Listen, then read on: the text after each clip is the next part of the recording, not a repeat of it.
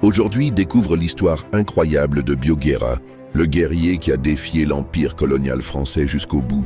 Si tu aimes les histoires vraies d'Afrique, mets un like et abonne-toi à la chaîne pour ne rien rater. Avant que la France ne trace ses frontières sur les terres africaines, il y avait des royaumes, des rois et des guerriers de légende. Parmi eux, un nom traverse encore les siècles. Bio-Guerra, un prince devenu général, un général devenu symbole, le dernier lion du nord du Dahomey. Il est né autour de 1850 dans la prestigieuse cité de Niki, capitale du royaume Bariba. Fils d'un chef influent, Bio-Guerra est dès l'enfance destiné au pouvoir et à la guerre. Son vrai nom, Bio-Guerra Berry, ce qui signifie Bio, le dur, l'inébranlable. Mais dans les cours du royaume, on l'appelle l'enfant qui ne recule pas.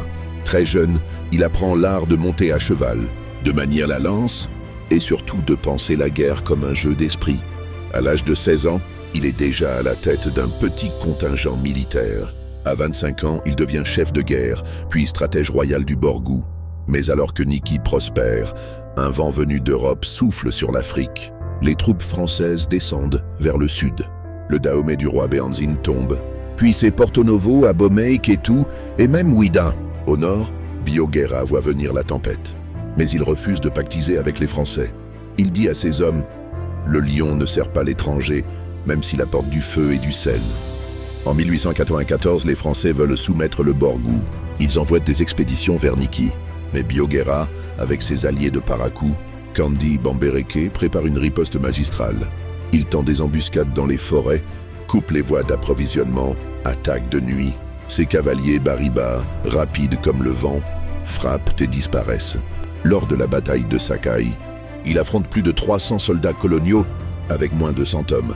Mais son génie stratégique leur fait croire qu'ils font face à une armée entière. Résultat, les Français reculent. Nous sommes en 1898. Cela fait des années que Bio-Guerra tient tête à l'armée française. Mais cette fois, la riposte est massive. Des colonnes entières de soldats, venus de Cotonou et de Porto Novo, remontent vers le nord avec des armes modernes, des mitrailleuses, des canons et des officiers aguerris. Bio-Guerra comprend qu'il n'a plus le choix. Il doit passer à la guerre totale. Il convoque ses conseillers, puis prend une décision cruelle: brûler ses propres villages. Niki, Sakabansi, les réserves de vivres, tout est réduit en cendres. Il déclare: si le feu doit tout emporter, que ce soit par nos mains et non celles de l'ennemi. Mais il ne se contente pas de cela. Il convoque les griots, les porteurs de mémoire. Il chante les épopées des anciens, Baribas pour réveiller l'âme des guerriers.